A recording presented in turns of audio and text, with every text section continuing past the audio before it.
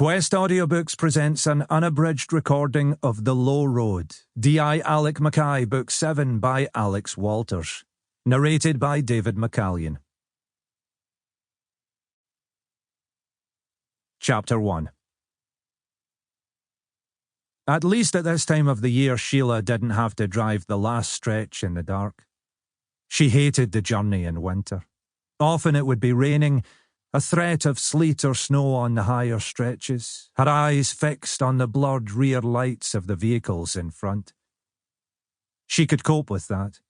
She was a nervous but cautious driver, staying well below the speed limits, keeping a safe distance from the car in front, alert for any incident.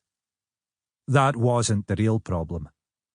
The real problem was the stream of idiot drivers who saw any concession to the weather as a sign of weakness.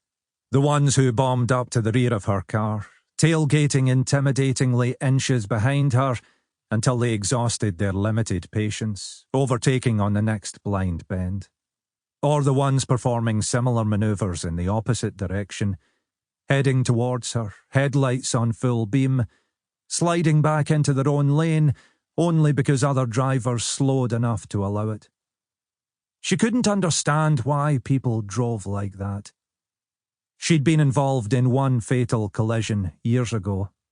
She hadn't been driving, and now she'd almost blanked out the incident. But it had been a long time before she'd wanted to drive herself, and she was constantly aware of the risks.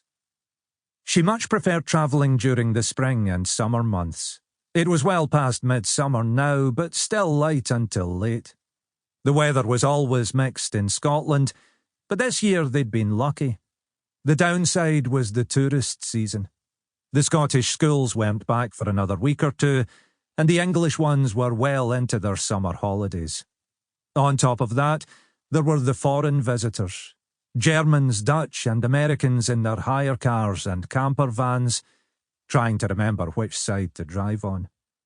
The road was much busier than in winter, and the idiots never went away. She'd been later than usual leaving this afternoon. Her mother's condition was deteriorating by the week, though she refused to acknowledge it. Every time Sheila visited, there was a new problem, another area she needed support with. It wouldn't be long until Sheila would have to decide whether her mother was still fit to look after herself at home. There was nothing wrong with her brain, fortunately, no sign of the dementia that dogged so many people of her age. But physically she was growing weaker, and she was struggling with the demands. Sample complete. Ready to continue?